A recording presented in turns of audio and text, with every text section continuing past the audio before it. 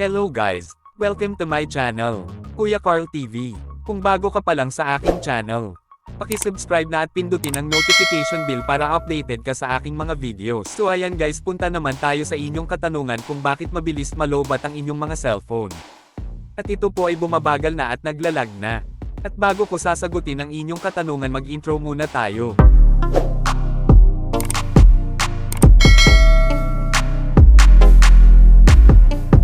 So ayan guys, balik na po tayo sa inyong katanungan.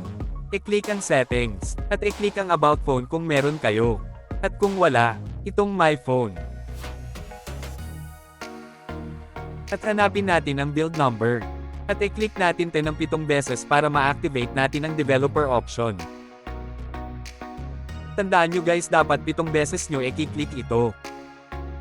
At mag-back na tayo. At hanapin naman natin ang developer option. At punta tayo sa additional settings. Kung wala kayong additional settings, dito sa system nyo makikita ang developer option. At i-click itong developer option. Dito nakikita nyo guys na naka-on na sa akin. Kung sa inyo ay naka-off, e-on nyo na lang. At hanapin natin dito ang graphics drivers preferences.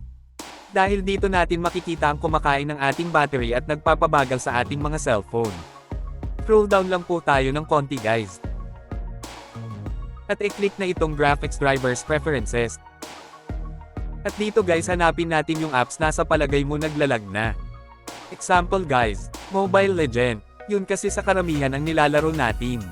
At kung naglalag na siya, i-click mo lang itong Mobile Legend. At ilagay natin siya sa system graphics driver. At okay na yan guys. At kung meron pang bumabagal na apps dyan guys, hanapin mo lang dyan. At pumunta naman tayo dito sa system tracing guys. At i-click mo lang tong per CPU buffer size.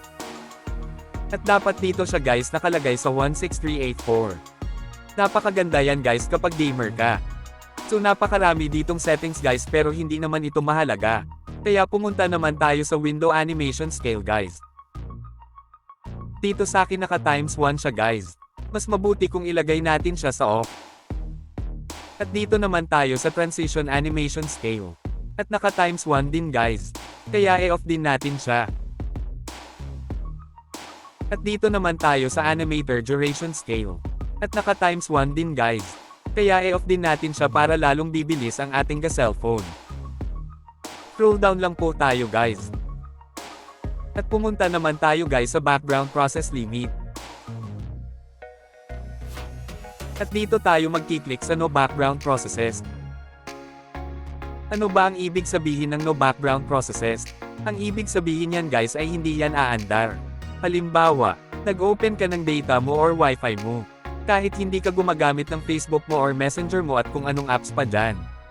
Kapag nagbukas ka ng internet mo, aandar na siya at kakain na siya ng battery mo.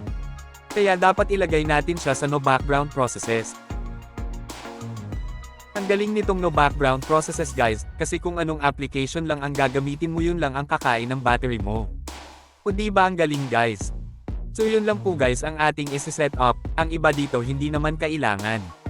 So sana guys meron kayong natutunan sa videong ito. At dito na natatapos guys ang ating tutorial. At kung meron kayong itatanong guys, mag-comment lang po kayo sa comment section at gagawa natin ng video yan. Maraming salamat po guys sa inyong panunood. At sana guys wag mo naman kalimutan mag-subscribe sa aking channel at magpindot ng notification bell para lagi kang updated. At paki-like and share naman ang videong ito para marami pa po tayong matulungan. So guys, abangan nyo na lang ang aking susunod na video. Maraming thank you ulit guys.